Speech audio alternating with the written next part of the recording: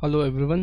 इस वीडियो में हम लोग देखने वाले हैं आपका सीए फाउंडेशन का इकोनॉमिक्स का चैप्टर 2, उसमें का डिमांड का एक्सपेंशन एंड कॉन्ट्रैक्शन। तो फटाफट से एक डायग्राम ड्रॉ कर लेते हैं और क्या होता है डिमांड का एक्सपेंशन कॉन्ट्रैक्शन देख लेते हैं। तो ये है आपका वाई एक्सिस और ये है आपका एक्स एक्सिस। वाई पे हम हमेशा प्राइस ऑफ द कमोडिटी देंगे और एक्स पे हमेशा क्वांटिटी ऑफ द कमोडिटी देंगे, ठीक है। अब इस जगह पे मैं डायरेक्टली एक डिमांड कर्व ड्रॉ कर लेता हूँ। ये रहा मेरा demand curve. D for demand curve, D for downward sloping भी है वो।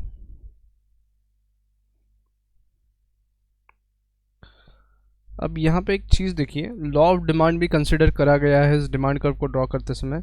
वाई एक्सिस पे जहाँ पे डिमांड कर्व टच हो रहा है, वाई एक्सिस पे जहाँ पे डिमांड कर्व शुरू हो रहा है, वो आपका maximum price a consumer is willing to पे।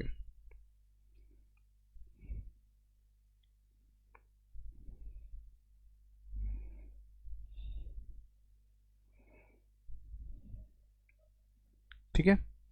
और ये जो यहाँ पे एक्स एक्सिस पे कट हो रहा है, तो यहाँ पे maximum quantity that will be purchase, ठीक है।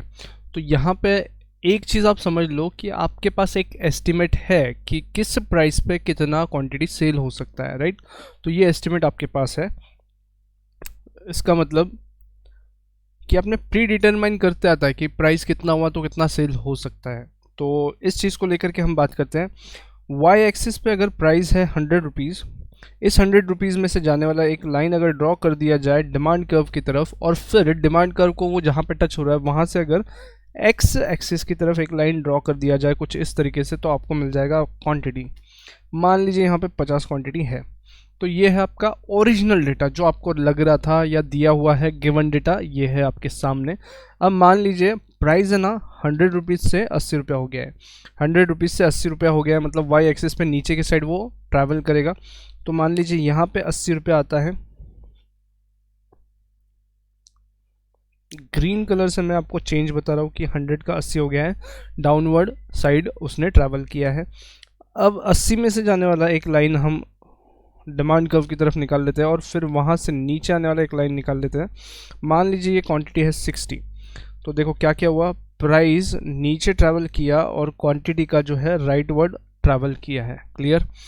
अब प्राइस के कम होने से जो चीज़ हुई है, यहाँ पे हुआ प्राइस कम और सेम डिमांड कर्व पे हुआ। देखो यहाँ पे सेम डिमांड कर्व पे हुआ, तो इसको बोलेंगे movement along with the demand curve.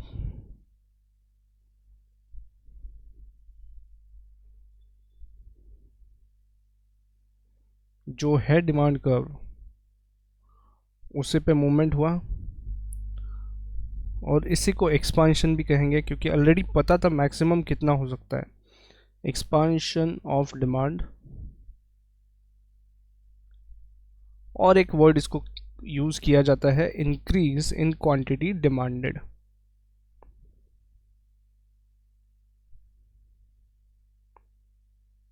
तो ग्रीन कलर से जितना लिखा है वो सेम पूरे एक ही चीज़ के लिए लिखा है। अब यहाँ पे सेटरिस पेरीबस ये वाला जो प्रिंसिपल है, मतलब सिर्फ प्राइस चेंज हुआ है, बाकी सारी चीज़ें अपने जगह पे है, तब जाके ये चीज़ होगा। क्लियर।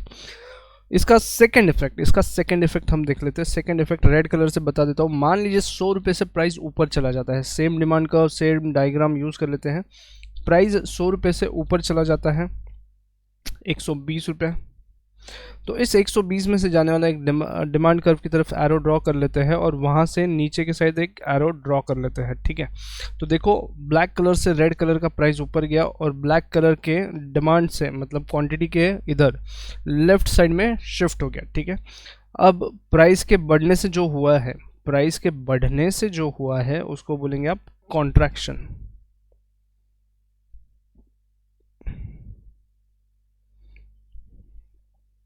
Contraction of demand. और यहाँ पे डिक्रीज इन क्वांटिटी डिमांडेड कहा जाएगा।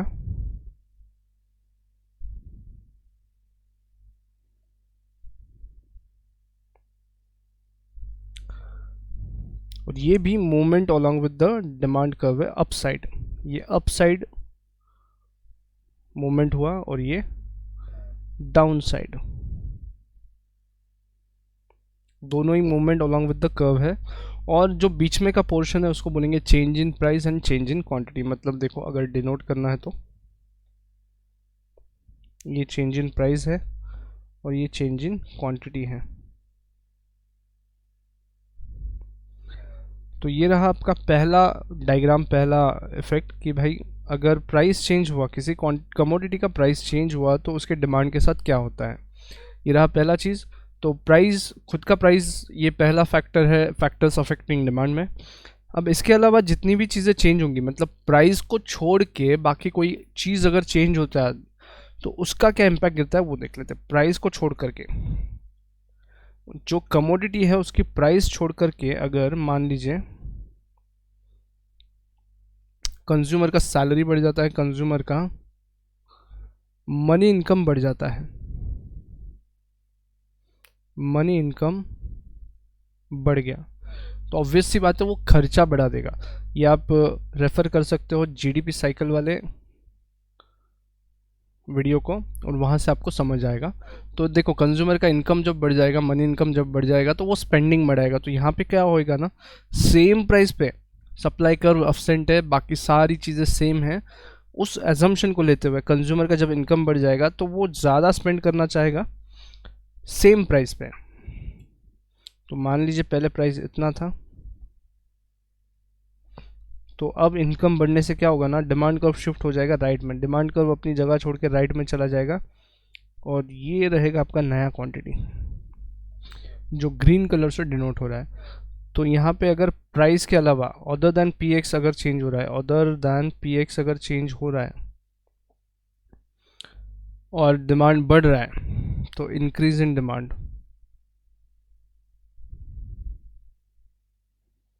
ये वाला पार्ट जो है यहाँ पे बोलेंगे इंक्रीज इन डिमांड। मान लीजिए कॉम्प्लीमेंट्री का प्राइस भी कम हो रहा है, कॉम्प्लीमेंट्री का प्राइस कम हो रहा है, स्टिल सेम इफेक्ट दिखेगा। सब्स्टिट्यूट का प्राइस बढ़ रहा है तो भी यही इफेक्ट देखने को मिलेगा आपको। बचा अगर कंज्यूमर का इनकम कम हो गया या फिर कॉम्प्लीमेंट्री का प्राइस बढ़ गया या फिर सब्स्टिट्यूट का प्राइस कम हो गया, तो यहाँ पे कंज्यूमर सेम प्राइस पे कम चीज़ें परचेस करना पसंद करेगा। तो देखिए यहाँ से लेके ये क्वांटिटी यहाँ पे आ जाएगा। डन। अब यहाँ पे डिमांड कर्व अपनी जगह छोड़ता है तो यहाँ पे शिफ्ट ऑफ डिमांड कर्व बोलते हैं, शिफ्ट ऑफ डिमांड कर्व बोलेंगे, इसको कहेंगे शिफ्ट ऑफ डिमांड कर्व। तो फर्क समझिए, increase in demand, decrease in demand.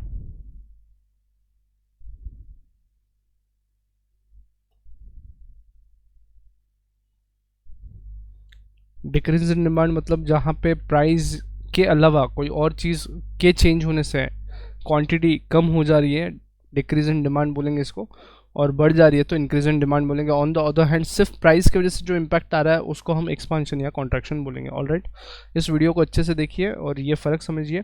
इस पर काफ़ी सारे क्वेश्चन आते हैं और वो कन्फ्यूजन क्रिएट करने वाले क्वेश्चन होते हैं।